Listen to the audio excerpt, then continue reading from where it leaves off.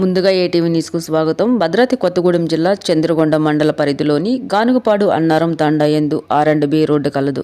నూతనంగా ఏర్పడుతున్న వంతెన కొద్ది దూరంలో వర్షాలతో కూలిపోయి ఉంది. రాకపోకలో యందు అంతరాయం కలుగుతుందని పలుమార్లు విన్నపించుకున్న సమస్యగానే ఉందని, మరి దీన్ని వెంటనే సరి చేయాల్సిందిగా డిమాండ్ ఉన్నాం.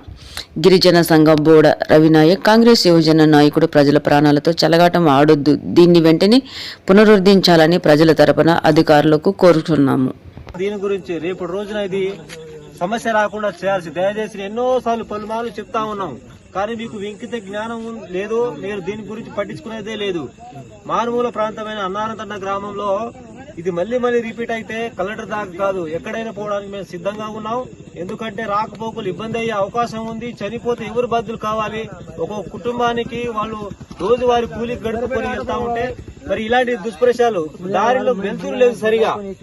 మాట్లాడేది బోడా రవి, అన్నారంతండ ఓర్ బంజారా జిల్లా అధ్యక్షుడిని మాట్లాడేది. దయచేసి R&B డిపార్ట్మెంట్ వాళ్ళు, ఎండిఓ గారు, MRO గారు, మరి అధికారులు ప్రతి వాళ్ళు దీన్ని స్పందించి వెంటనే తక్షణమే ఇది రిపీట్ కాకుండా చేయాల్సిందిగా నేను డిమాండ్ చేస్తా ఉన్నాం.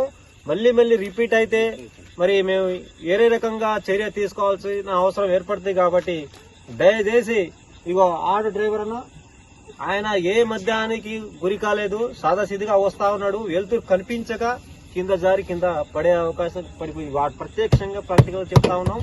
ఈ ఆటో ఇలా నష్టానికి ఎవరు బాధ్యతలు? ఇప్పుడు R&B డిపార్ట్మెంట్ వాళ్ళు మీరు కూడా ఈ ఆటో వారి నష్టాన్ని కూడా మీరే భరించాలి.